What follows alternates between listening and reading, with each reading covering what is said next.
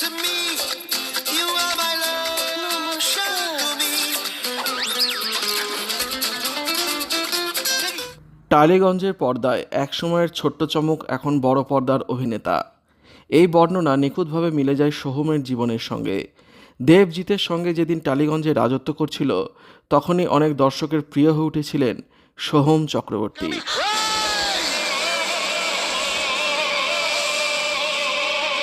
শিশুশিল্পী হিসেবে মাস্টার বিট্টু নামে পরিচিত।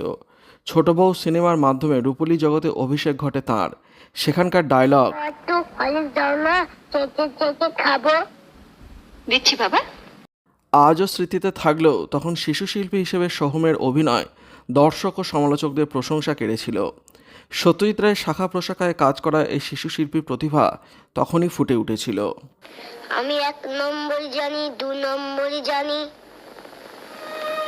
শিশুকাল পেরিয়ে 2007 সালে সোহম আবার ফিরে আসেন সিনে জগতে। প্রথমে দূরদর্শনের সোনার বাংলা সিরিয়াল দিয়ে শুরু হয়। সেখানে ভালো অভিনয় করে পরিচালকদের নজরে আসেন। 2008 সালে বাজিমাত সিনেমার মাধ্যমে তিনি লিড রোলে আত্মপ্রকাশ করেন, তবে ছবিটি চলেনি। এরপর 2009 সালে প্রেম আমারে রাজ চক্রবর্তীর পরিচালনায় অভিনয় করে দর্শক মন জয় করেন। সিনেমাটি বক্স অফিসে সাফল্য পায়, আর সোহমের অভিনয়কে প্রশংসা করা হয় সর্বত্র। 2010 সালে মুক্তি পাওয়া অমানুষ সিনেমা তার অভিনয়ের পরিসরে নতুন মাত্রা যোগ করে। এই সিনেমায় দর্শকরা সোহমের কেরিয়ারের অন্যতম সেরা অভিনয় দেখতে পান।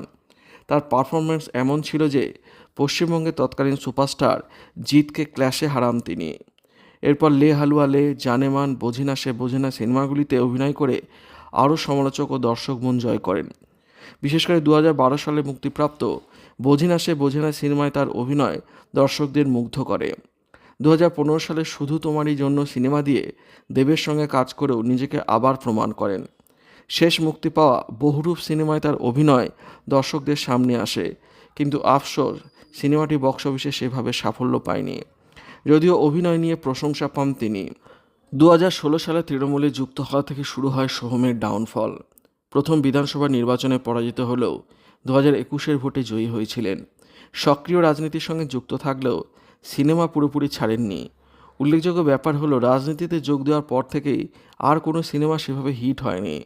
তবুও খুঁটির জোরে টালিগঞ্জ পাড়ায় ছড়ি ঘোরাতে থাকেন। মাল্টিকাস্ট সিনেমা ছাড়া ব্যবসায়িক সাফল্য কমে আসে। ট্যালেন্ট থাকা সত্ত্বেও পর্যাপ্ত পরিচর্যা না পাওয়ায় এবং নিজের সিদ্ধান্তের কারণে ধীরে ধীরে হারিয়ে যাচ্ছেন এই অভিনেতা। শেষ মুক্তি পেয়েছে বহুরূপ। অভিনয়ের তারিফ হলেও সিনেমা চলেনি।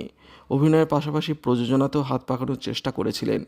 মিঠুন চক্রবর্তীর মতো বড় স্টারকে নিয়ে শাস্ত্রী নামের ছবি প্রযোজনা করেছিলেন, কিন্তু সেই সিনেমা কবে এলো আর কবে গেল তা কেউ জানতে পারেনি। অতএব সেখানেও ব্যর্থতা।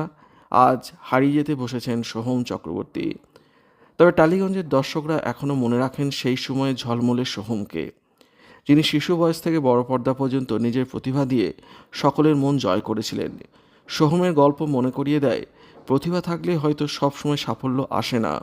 পরিচর্যার সময়ের সঙ্গে সামঞ্জস্য এবং ব্যক্তিগত সিদ্ধান্তও ঠিক ততটাই গুরুত্বপূর্ণ। ভিডিওটি আপনার কেমন লাগলো কমেন্টের মাধ্যমে লিখে জানাবেন। ভালো লাগলে অবশ্যই চ্যানেলটি সাবস্ক্রাইব করবেন। ধন্যবাদ।